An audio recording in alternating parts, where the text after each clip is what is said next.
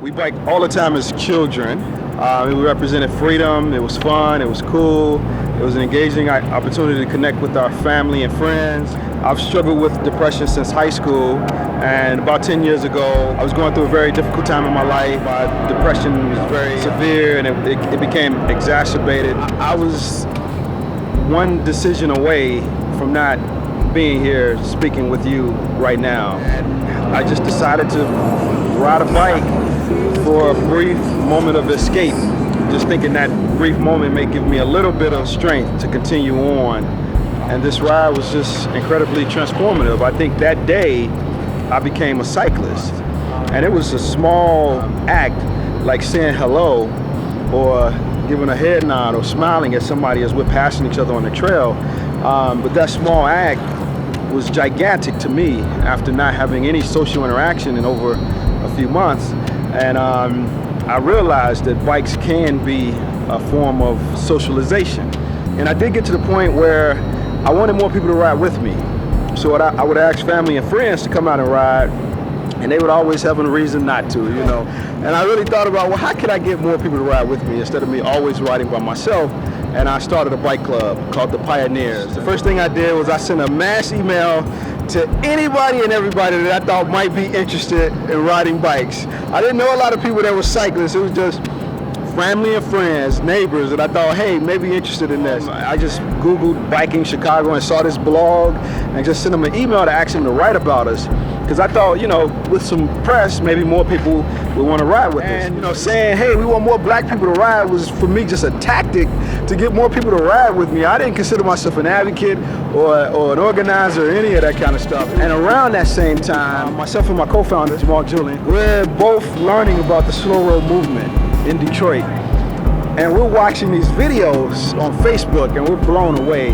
The size, the sheer size of the rides, the consistency. They ride weekly, the numbers that they're getting on a weekly basis, the diversity, the spirit and energy that came through our computer screens. It just really spoke to us, and it moved us. And we started a conversation with them about bringing a chapter to Chicago. Slow Road Chicago has a threefold strategy. Number one is our signature ride series. We ride every Wednesday night. So number two is programs, working with young people, using bikes as a way to connect with them, and then through bikes, teach them about community organizing, advocacy, leadership development, and life skills. And then number three is our advocacy work. We advocate for community ownership of the transportation planning process, a healthy respect for community, culture, and history, advocating for equitable distribution of resources versus equal distribution of resources. The potential for cycling to reduce violence, improve health, and create jobs means that equitable distribution should be focused on doing more where there could be a greater benefit.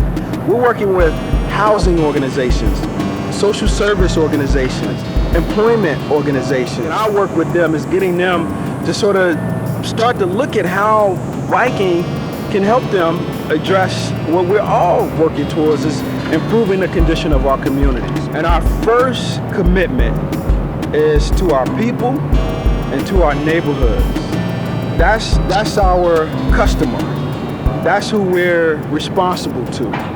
South side, slow roll with me.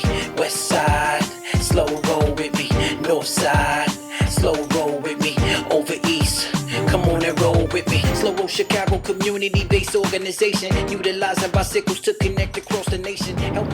The first time I talked publicly about my depression is when I met John Greenfield and we did the interview. I had never talked about it, and it was just like a one-liner in that article. You know, part of why it's so difficult for our community, our culture to talk about it is because of this very painful, heavy stigma that mental illness carries in our neighborhood.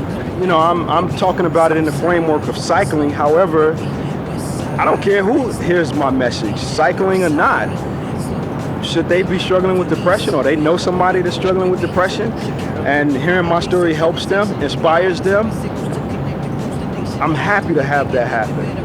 I don't think this country has done enough to use cycling as a vehicle for social change, too often the focus is just on the commuter or as just a recreational activity versus how can we use bikes as a tool, as a mechanism to make people's lives better.